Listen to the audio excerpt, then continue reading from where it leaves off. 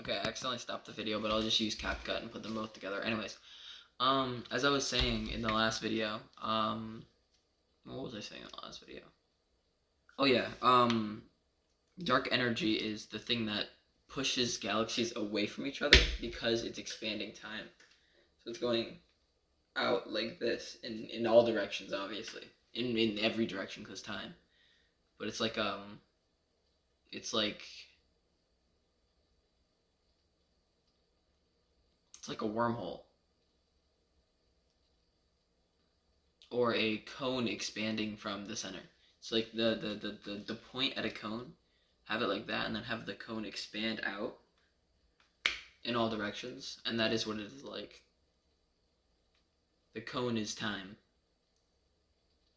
and everything moving in the cone is the three dimensions we have. Time is the fourth dimension. That is what making the cone. Because time is just the measurement of movement. Movement is actually the fourth dimension, but I use time because time is the, like, one second. You know. Anyways. Time is more coherent to most people. So, anti-gravity, okay, we already got anti-gravity done. Anti-gravity is the thing that is making the universe expand. Anti-gravity makes the universe expand.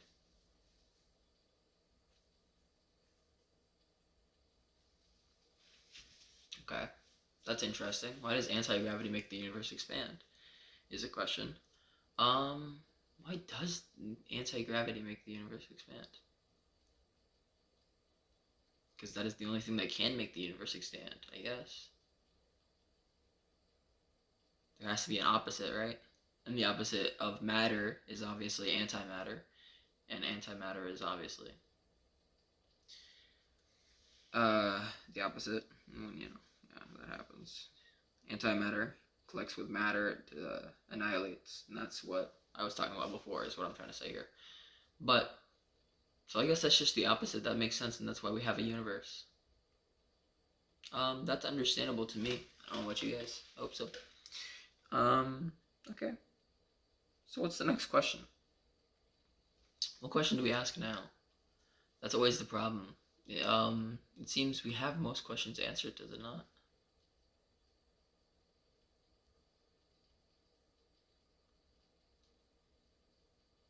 So, there is one thing. We have this life right here, right now, this second. How do we improve it with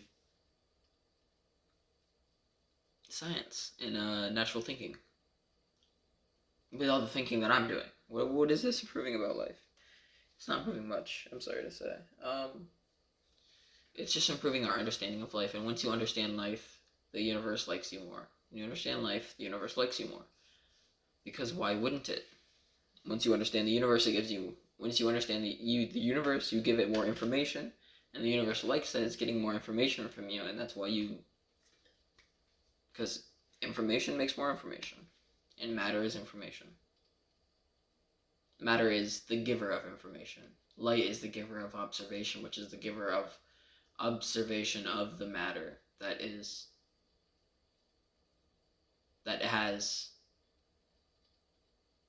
has the ability to be perceived, and the perceiving is the giving of information.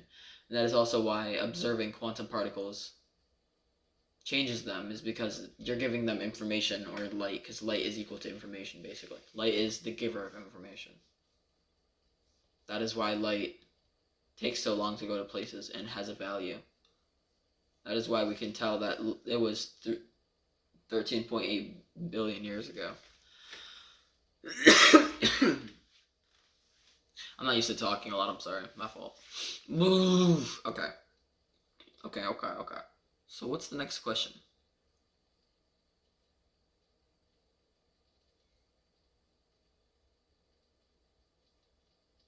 You must think, because it's hard to always come up with a question. That is the one thing that is always hard to do. It is always hard to come up with a question. Because once you understand everything, then you just have to understand other aspects of life.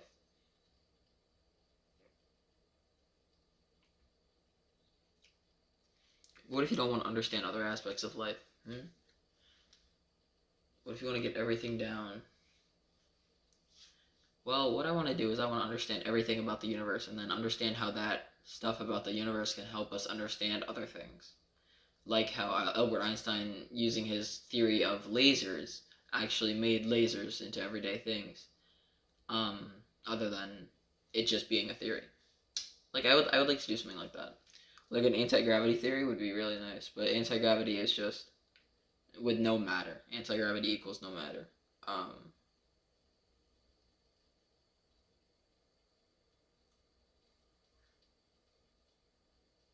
So the force of massless bosons is just anti-gravity.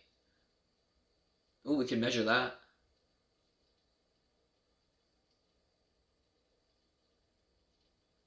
We could measure the force of anti-gravity by massless bosons. That would be how much it impacts our life. That could be determined based on I don't know what.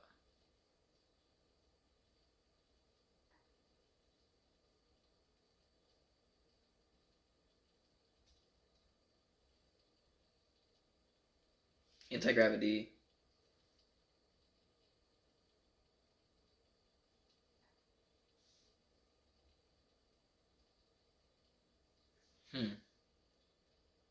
Anti-gravity. No matter. Photons.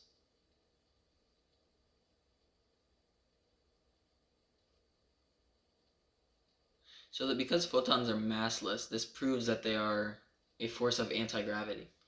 So things with mass are associated by gravity. Things without mass are associated with anti-gravity. So if you want to measure things that have no mass, you can use anti-gravity. I guess you would just have to go into the negatives, am I right? Is that not correct? Instead of going plus, you go down. It is as hell. Heaven and hell. You go up and down. So I guess that's just how it has to go. It's a negative. So if you want to understand anti-gravity, just negative.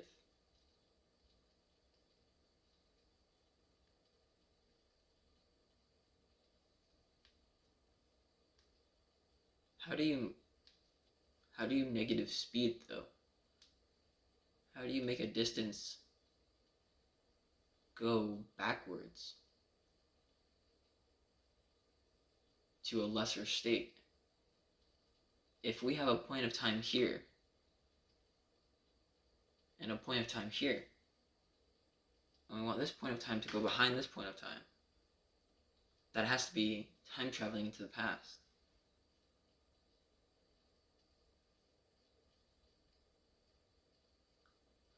Okay, I get it now. So fifth dimensional creatures. Stop fucking looking at me. Sorry. Can I flip? Flip? Flip? No. You guys see him? Alright, anyways. So, anti-gravity would just be negative gravity. I think that's understandable. And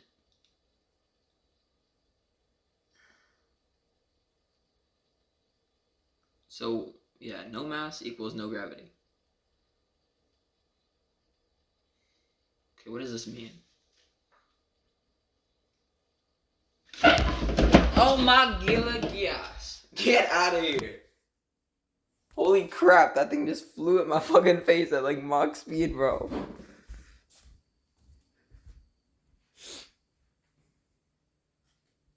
I am not man enough to not, scare at that. What the hell? Okay.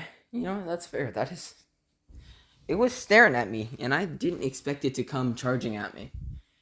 You know, it was staring at me for a while, and it was just... I didn't expect it to charge at me full speed. Whew, okay. Oh, okay. Okay, that's kind of scary, but, you know, whatever. So anti-gravity is just the negative of gravity.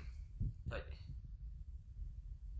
Anti-gravity can be only affected by fifth-dimensional creatures because of the fact that you have to go into the past, and the law is only fifth-dimensional creatures can go into the past. But if you want to go into the past, you cannot be observed by a fourth-dimensional creature, or that fourth-dimensional creature has to die. Because if a fourth-dimensional creature observes the past changing, then time just doesn't work anymore. It doesn't work. There's millions of paradoxes that will happen, and time will just stop. That is what people think ghosts are, or at least that's what I think ghosts are. Or the shadow people.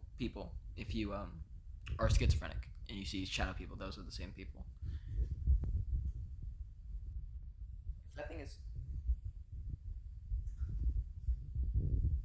Sorry, I just felt a bug crawling on me.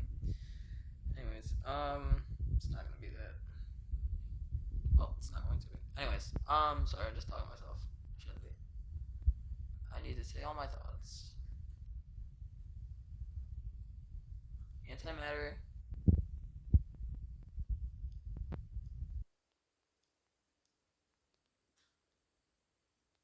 So I guess the next thing we have to do is just try to measure antimatter. How do we measure antimatter? How do you measure something without a mass? How is that possible? That is the question. We're almost at 12 minutes here.